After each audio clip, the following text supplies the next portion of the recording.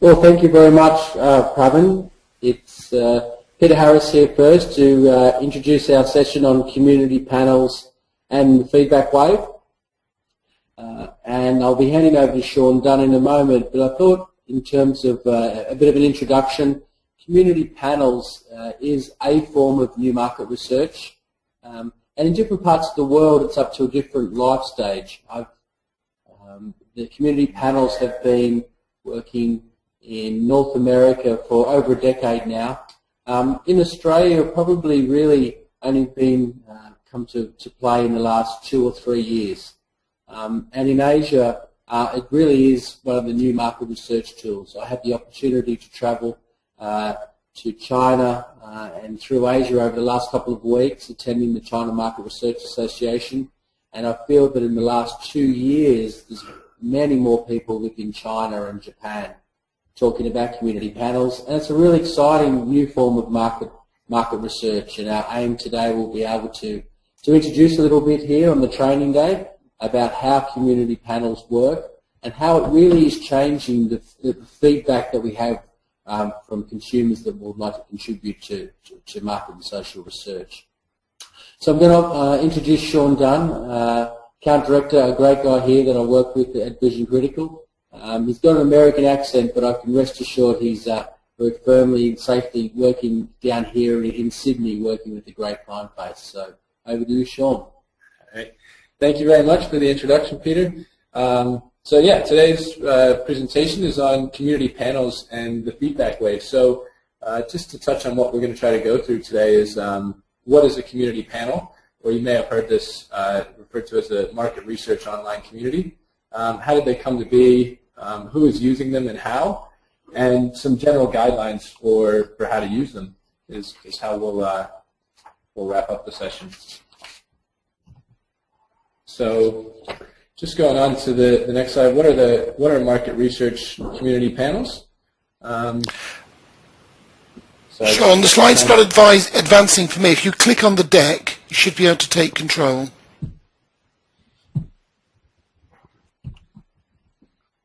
All right, there you go. Thanks for that. We actually flipped one there. So first, what are market research community panels? One, the difference between a market research online community is a smaller panel with maybe less participants, and it's with a more qualitative focus, whereas a community panel is more a quant focus, larger sample sizes, and qual being kind of a function of it, but quant being the main piece. So they're often branded with the brand of the panel owner, and we'll see in a few slides how they came to be. So one thing to keep in mind about market research online communities is that it's still research. It's just shifting from access panels to communities. So we're still using the same methods for research. It's just a different medium to conduct research over. And a lot of the qualitative things that you may have learned about, focus groups, in-depth interviews, these still translate into an online environment. Again, it's just a different medium. At the end of the day, it's really about kind of what Peter's mission statement that was read earlier is really about understanding consumers and their behaviors. So one of the reasons that community panels came to be is just the brand relationship. So typically in market research, we've been operating behind the veil. So a participant would come and participate in a survey, and they'd have no idea what that survey was about, and then they would go on to another survey, and they had no understanding of which brand was trying to build what products. But here we're branding these communities, and we're involving customers in a discussion where they're trying to help a brand that they're familiar with or that they have some relationship with. Every panel is a little bit different on this, on where you fall along these. Some panels still are unbranded to be able to, if that's the necessities of the sample profile, to say understand customer acquisition a little bit better. You may need to leave an unbranded panel. So to recap, an online community panel is typically private. It's typically branded, generally always online, and generally by invite only. It contains customers, consumers, or prospects, and it's consistent and regular activities for them to generate ideas, offer advice, and ultimately what it leaves the owner of the panel is with an opportunity to listen, learn, and ultimately adapt to the needs of their customers. So really simply put, it's like having a room full of your customers next door. And this is something we often hear clients share with us, is that they're able to, at 8 o'clock in the morning have a question and quickly get together a bunch of customers to either have a discussion with them or send them a survey to elicit their feedback and put the customer's voice into business decisions quickly.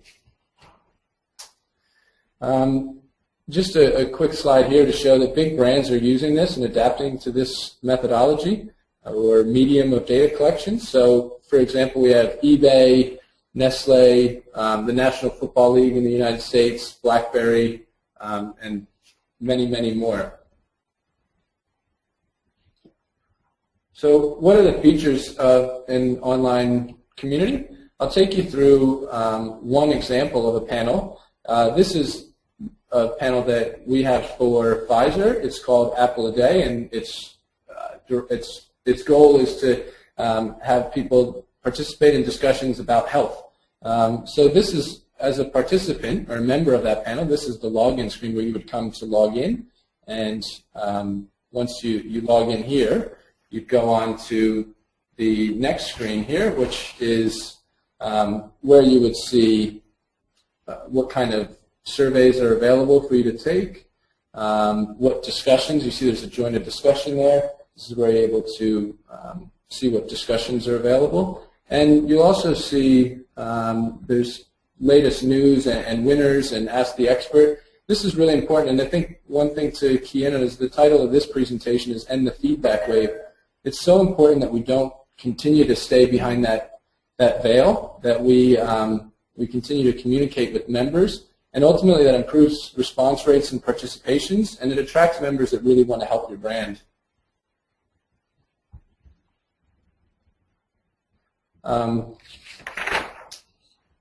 Here's an example of a newsletter. So we talk about the feedback. This is one way, a common way that we use to feedback to customers is through a newsletter. So in this one, you share recent results of surveys, how the brand is using it. So Pfizer would use this as a communication tool to members to say, this is what we recently learned in the survey that you took. And on the right there, you see there's Francesca's top tips, and that came out of a qualitative discussion where people were talking about healthy eating habits with this chef, and now she's feeding back to them some tips that they can use in their daily lives. So this contributes to a healthy panel with engaged customers that really want to help out. Next slide here, just switching gears a little bit, we'll talk about qualitative research on community panels. Like I said before, the same general rules and goals still exist. It's really just a change in methodology, and the same guiding principles that were used in face-to-face online qualitative or face-to-face qualitative discussions are used online. The methods are somewhat similar as well. There's three main methods that we use here when conducting qualitative research in an online medium through a community panel. That being a live chat, which is very similar to a focus group. So this is where you get 10 customers or 10 members of the panel to log into one central chat room at one time and have a really engaged discussion on one single topic for about 90 minutes. There's also bulletin boards and forums, which are just slightly longer discussions, and a bulletin board being a little bit different in that it's longer, more use of stimulus, and more of a Q&A format. So there's a question and then followed by a bunch of answers by different members. And then a forum is a little bit more interactive where the members are driving a little bit more of the discussion and interacting with the moderator in that sense. Also on online community panels, we're able to do quantitative research, and we really can blend these two together in a lot of ways. So an example of that might be through a quantitative study, we might identify people that are, vodka drinkers. And then when you realize, once you have that list of vodka drinkers, you can invite them into a discussion about what types of brands they prefer, in what occasions they prefer that. So you can make these discussions very relevant and target the people that of your member base that can lead you the information you need. So why community panels? For three main reasons here that I'd like to call out is faster data. So a community panel is generally, like I said earlier, we have clients come to us frequently that say, they had a question at 8 a.m. and we're instantly able to get customers around the table or through a survey to get their opinion. It's branded, which leads, the branded environments, as I said earlier, they lead to a better engaged member base and co-creation. So new tools allow for co-creation, and you also have the same customer over time. In the access panel world, you'd get one customer, you'd talk to Peter one time, but then Peter would go back to the access panel and you didn't know where he was. If Peter said something about a certain, a shoe that he liked, you could go back to him and follow up directly with him on that. So I'll share with you a case study on, I'm not sure if you're familiar with the clothing brand Banana Republic, but in 2006 they launched a panel recruiting Fashion Engage segment. Within 2 months they had thousands on board to discuss the latest fashion trends. They use the panel about once per month, and they'll often split the sample so they can talk to men about one subject and women about another subject or something along those lines. They can split and target to who it's relevant for. And they're not using it for just typical quant studies. So this is a great example of some of the qualitative research that's being done. They had a photo diary study where members would take pictures of what they wore for particular occasions, and then they would upload that. And this really gave Banana Republic designers some very deep insights about how people were using their clothes. And also for the store layout team, they were able to design the stores and design the shopping experience around how customers were actually wearing their clothes. And they've also used this to recruit for traditional in-person focus groups. So sometimes our brands that own panels will actually use this as a source to recruit people to face-to-face discussions. So you can target people that live in Sydney and are Banana Republic shoppers, and then you can get them around the table and have a live discussion. All right. Consumers are ultimately, they're willing to, it's going to flip. All right. What we see is that consumers are willing to participate in online community panels. So 66% of adults on a recent online study said that they were willing to participate in community panels to help brands develop products and services. And then say this is much higher than customers are willing to sign up to access panels. Access panels are often struggling to keep people on their sites. And what are the reasons for signing up to these panels? Well, the willingness spans a variety of different areas, but the ones that I want to highlight are that really want to be a part of something. You see 84% want to previewing input on new products and services before anyone else. So I want that insider information and giving input into advertising and marketing campaigns. So it's really about being a part of and sharing your thoughts. Ultimately, we see the community payoffs as better products and services through a deeper understanding of customers, more efficient innovation and NPD process. This is because we can more seamlessly move between qualitative and quantitative mediums. So we can identify in a quantitative survey people that are relevant for a discussion. So you can move people in and out of those two research methodologies. And that ongoing discussion where you're able to test a product, go back, refine it, bring it, retest it again, and you're able to do that quickly. So it's very efficient. Customer engagement, advocacy, and loyalty. Panels are a platform to engage your key customers and show them that they're important by valuing that you value their input. and ultimately customer acquisition through deeper understanding of why customers are or are not buying your products. So how does it compare to other forms of market research? Well, you can do more research for less and faster responses. One of the big differences to call it is that in an access panel world, typically you'd have to go and purchase a sample. You'd use it on one study, and then you would, that was the end of your relationship with those people. And if you wanted to do more research, you'd have to purchase another sample from the access provider. Here, you're purchasing those people one time, and then you have them to continue to go back to them. So that reduces your surveying costs, and it provides a richer quality of responses through more engaged respondents.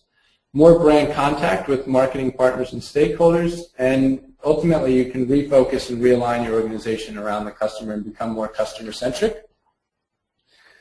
So just as this is a training session, just wanted to end with a couple things about what works and what doesn't work in community panels. One is clear communications about expectations of what members are signing up to and how their results are being used. Active company participation. So the company that's launching this initiative of a panel really needs to be engaged and have the content and resources to put behind it. Engaging content, so rich media, we're able to use videos, upload. The Banana Republic story of uploading photos was great. Show impact of participation, so this is through communication of your newsletters. Ceding some control of the agenda, ask members what they want to do and give them opportunities to do it. Regular contact, you should be talking to the panel weekly or fortnightly. Using a variety of tools, so this is that going back and forth between qualitative and quantitative.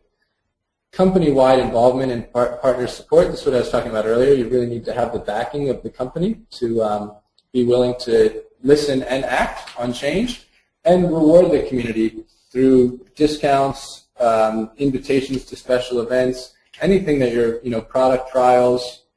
Those really help to engage your community. In a lot of ways, what doesn't work is, quite frankly, the opposite of what does work. So not being clear on your objectives, being absent and not showing up. So if you just take a month off and don't show up for the members, they'll lose interest in you. It's very much like a relationship. You don't want to just not show up at home for a month and expect that someone's still going to be there. Not recognizing contributions. You don't want to be not being conversational and talking to corporate with your members. Not being transparent, so that's not feeding back again, and offering the same surveys over and over again. So this is where qualitative research and feedback really help a lot. And not demonstrating action does not work. Ultimately, treating people as respondents to research rather than treating them as customers or as members willing to help you out. So ultimately, we believe that research communities will offer, the medium to collect fresh insights and develop an innovation platform, which will ultimately connect the business closer to customers. So ultimately, inserting that customer voice into the company discussion faster and at deeper levels. So, thank you.